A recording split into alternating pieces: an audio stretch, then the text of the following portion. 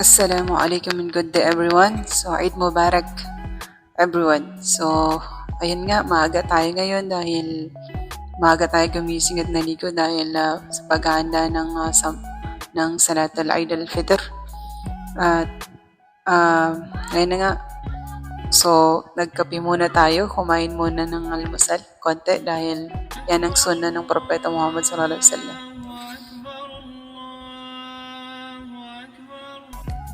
So yan na nga at magbibihis na tayo para sa paghanda sa sambayang o pagpunta sa musalla sa pagdarawasan ng dasal ng Eid al-Fitr.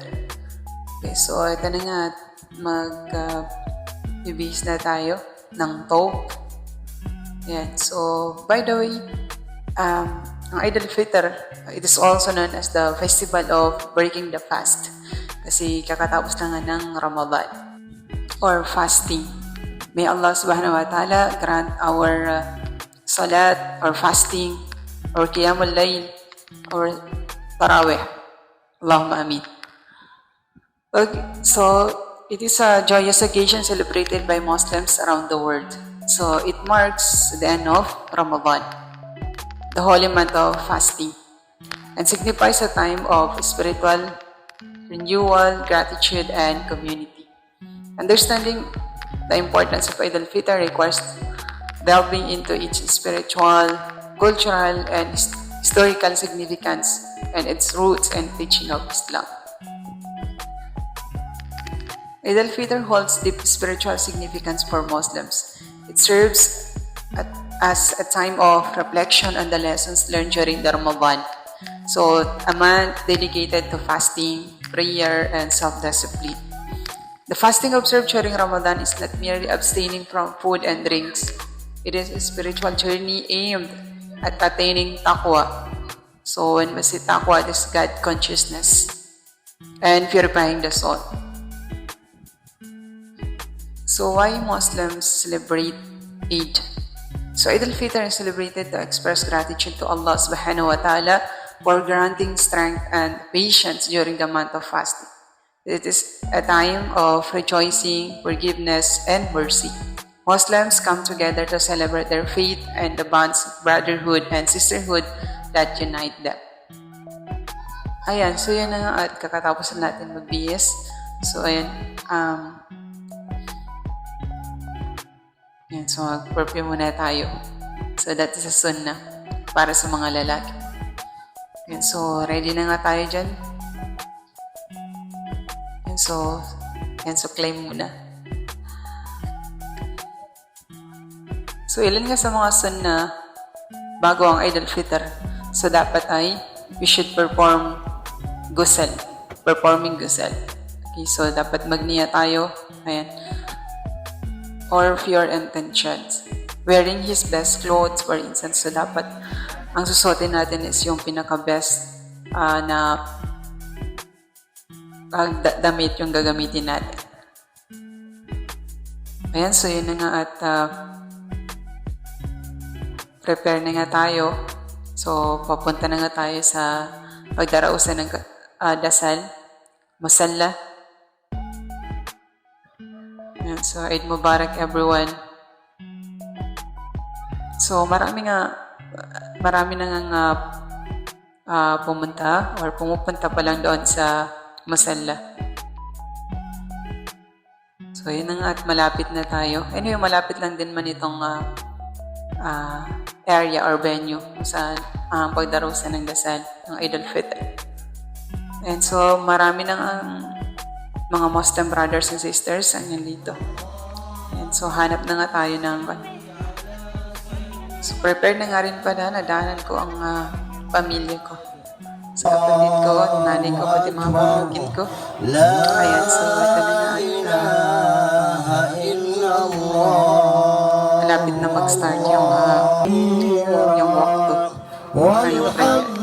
So, ang sunnah na gagawin dito guys is dapat ang pinaka-number one talaga is yung takbir portion. لا إله إلا الله وحده صدق وعد. Nanatanunan sa mapya, kaya tanong siya paguniatan ng siyang batano. Bali, hindi pagkagaga na mangapas kayo sa makikinig sa khutbah. Inshallah. Ha? So, maroon siya di pakatigar na pinagina, na di pakatigar.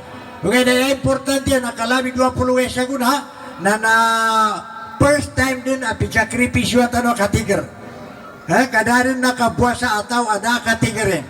Nalakador 20 gusyaw, namitigar tanong mo, nasa guna ba niya, di masakawaras inshallah, na nakailangan na makatigar tanong.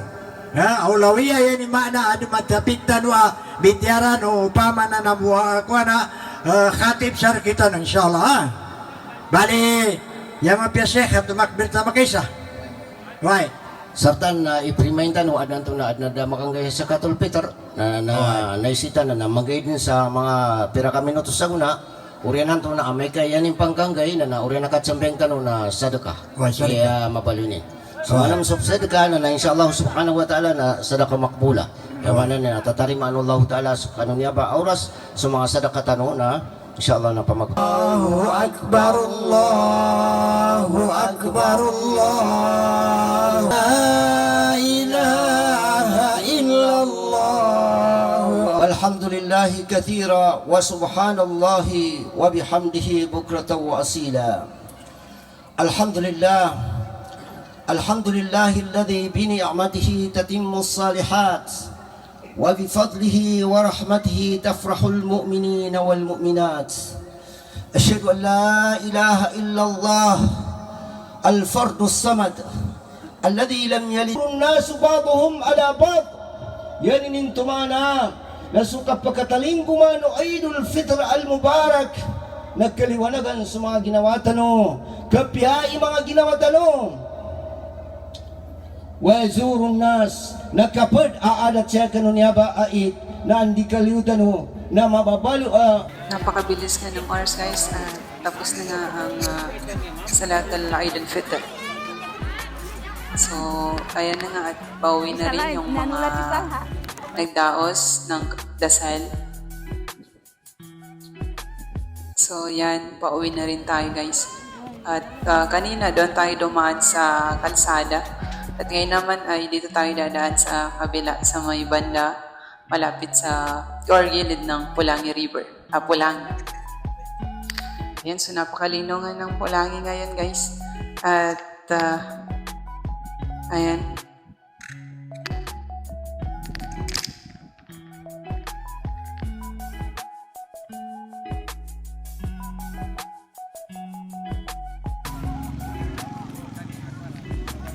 So, dito na nga rin yung ilan sa mga pinsan ko. So, nag-usap-usap muna, tambay muna. So, at eto na nga at malapit na tayo sa bahay. So, syempre, hindi mawawala yung picture taking. Pero hindi po tayo kasali. Pero lahat ng yan ay mga kamag-anak na mga pinsan. So, dito nga ng ilan sa pamangkin ko. So, video na lang muna tayo guys kasi wala mong picture. Kasi busy yung mga iba sa pag-picture taking nila. Siyempre sa kanilang mga pamilya. Ayan, so ayan.